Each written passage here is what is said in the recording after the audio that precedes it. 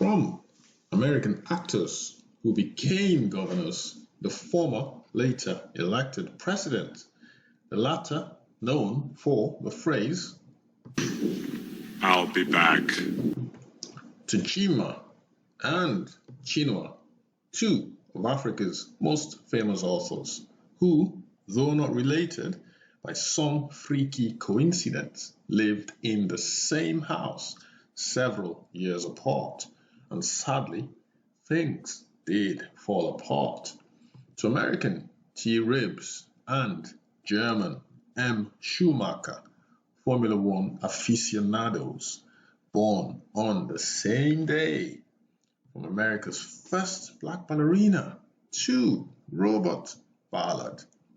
From Indian author, teacher of yoga, BKS Iyengar, who reminds us that we're not getting any younger. To the drama in Bahama and the rumble in the jungle. A killer and a chiller and the thriller in Manila. To Malala and Lilibeth, the former whose son almost set in the SWAT district from an assassin's bullet. The latter, Her Royal Majesty, whose empire the sun, it was said, never set. To the exquisite beauty of our expansive, expanding, and majestic universe.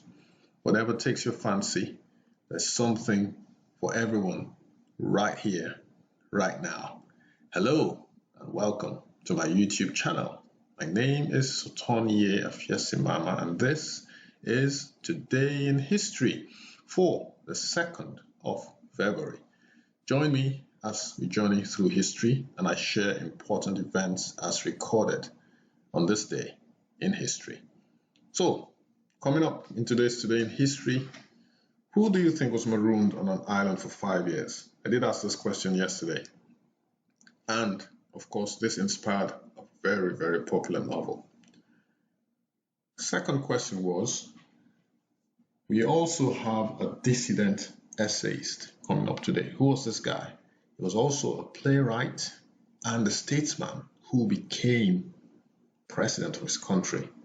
That's a very tough one, I must admit. So, we're going to find out in a few minutes. Let's get cracking. We are going to go way, way, way back, centuries back. The year is 1349. This was the day that disaster struck in London. So this plague was called the Black Death. On this date, at least 200 people every day were being buried in London as a result of the Black Death. So the year again was 1349, and this was the day that London hit a milestone in fatalities from the Black Death. 200 people every day were being buried in London as a result of the Black Death. I don't usually feature bad news, in my channel, my Today in History channel, but sometimes I have to because I want to remind us of certain important things, in life. And, there is a connection, obviously. We're living in perilous times right now. We have the COVID-19 virus, which is still very much with us. And this is a reminder that history tends to repeat itself. I've always said that, in my other videos, history tends to repeat itself. And sadly, in 1349, this was a day that at least 200 people a day were being buried in London. So just London alone as a result of the Black Death. I don't know if this spread. Yeah, it looks like it spread throughout Europe, actually, from this map here. But yeah, London was heavily hit by the Black Death. 200 fatalities have been buried every single day on this day, February 2nd, 1349. Let's move on now to a bit more cheery news on this day. British sailor Alexander Selkirk is rescued by William Dampier after being marooned on a desert island for 5 years, and his story inspired the Robinson Crusoe book, which obviously I think has been made into a movie as well. I haven't seen the movie, but I think it has been made into a movie. So this is where Robinson Crusoe gets its inspiration from. So 1709 was the year, and of course the date was February 2nd. British sailor Alexander Selkirk is rescued by William Dampier after being marooned on a desert island for 5 years. His story inspired Robinson Crusoe. Sadly, Queen Victoria had a funeral on this day in 1901. Did a video about her death in January. So she died a few weeks earlier, and she was buried on this day in 1901. She actually died on the 22nd of January 1901 at Osborne House on the Isle of Wight. So this is a picture of the state funeral of Queen Victoria on this day, February 2nd, 1901. She was the longest reigning monarch before our current queen, beat her record a few years ago. She reigned for 60 years.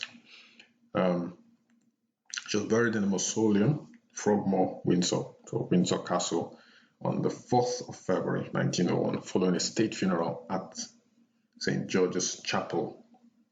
So this is St. George's Chapel pictured here, and you can see the state funeral of the Queen of England, Queen Victoria. The year again was 1901. 51 years later, in 1952, Hubert de Givenchy presents his first collection in Paris with Bettina Graziani opening the show. So this is fashion designer Hubert de Givenchy of the famous Givenchy brand. Sadly, he passed away a few years ago, but Givenchy this was the day he presented his first collection in Paris with Bettina Graziani, I beg your pardon. So it was Bettina Graziani who opened the show on this day in 1952. 22 years later, in 1974, Barbra Streisand's The Way We Were made its debut. It went straight to number one. Barbra Streisand's first number one hit, The Way We Were. Beautiful song.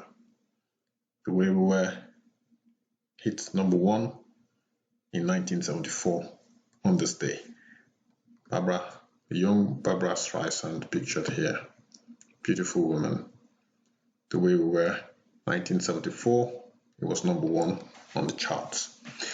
In 1993, so 19 years later, nearly 2 decades later, this guy, yes, I did mention him at the outset. One of the questions, his name is Václav Havel. He was a Czech statesman, writer, and former dissident who served as the last president of Czechoslovakia from 1989 until the dissolution of Czechoslovakia in 1992. It's a bit of a mouthful, that the name of that country. Probably the most difficult country's name, or most difficult name of a country to pronounce. So Czechoslovakia doesn't exist anymore. And, well, I wouldn't say thankfully, but I guess thankfully for millions of people who didn't want it to exist anyway. So he was president from 1989 until the dissolution of Czechoslovakia in 1992. And then as the first president of the Czech Republic from 1993 to 2003. As a writer of Czech literature, he is known for his plays, essays, and memoirs, his educational opportunities having been limited by his bourgeois background. I'll explain that a bit. It says that freedoms were limited by the Czechoslovak Socialist Republic. So, in many parts of the world, when you have middle-class families and upper middle-class families, they're very comfortable. There's no push towards education. But in his own case, my own assumption is that he had an additional encumbrance, if you like, by this party, by the Socialist Republic, this Czechoslovak Socialist Republic, which limited his freedoms, so he wasn't free to go to school. So if he had chosen to, even if he had chosen as a bourgeois, he wouldn't have gone to school. But in his hand is one of his books, one of his writings, probably one of his plays or one of his novels. Like I said here, he was a writer and former dissident, so he also wrote plays and novels and political books as well. He first rose to prominence as a playwright in works such as The Garden Party and The Memorandum. Havel used an absurdist style to criticize communism.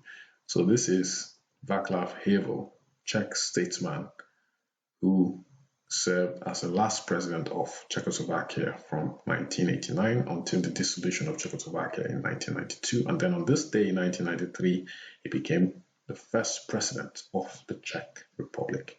That lasted a decade until 2003. Next, on this day, last but not least, this was the day that Scotty Bowman became the first coach in NHL history to win 1,000 games. So NHL simply means the National Hockey League in Canada. First coach to win 1,000 games, full name William Scott Bowman. Born on the 18th of September 1933, he is a Canadian retired National Hockey League head coach. He holds the record for most wins in league history, with 1,248 wins in the regular season and 223 in the Stanley Cup playoffs, and ranks second all-time behind Jean Boulevard, who had 17 for most Stanley Cup victories by a player. His own is 14. So coach Scotty Bowman has 14 behind Jean Boulevard's 17 for most Stanley Cup victories by a player, coach, or executive.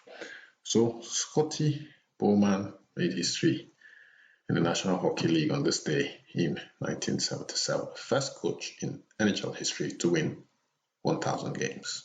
On that note, folks, we've come to the end of today in history. I quite like that picture of the Indian there in the front of his top.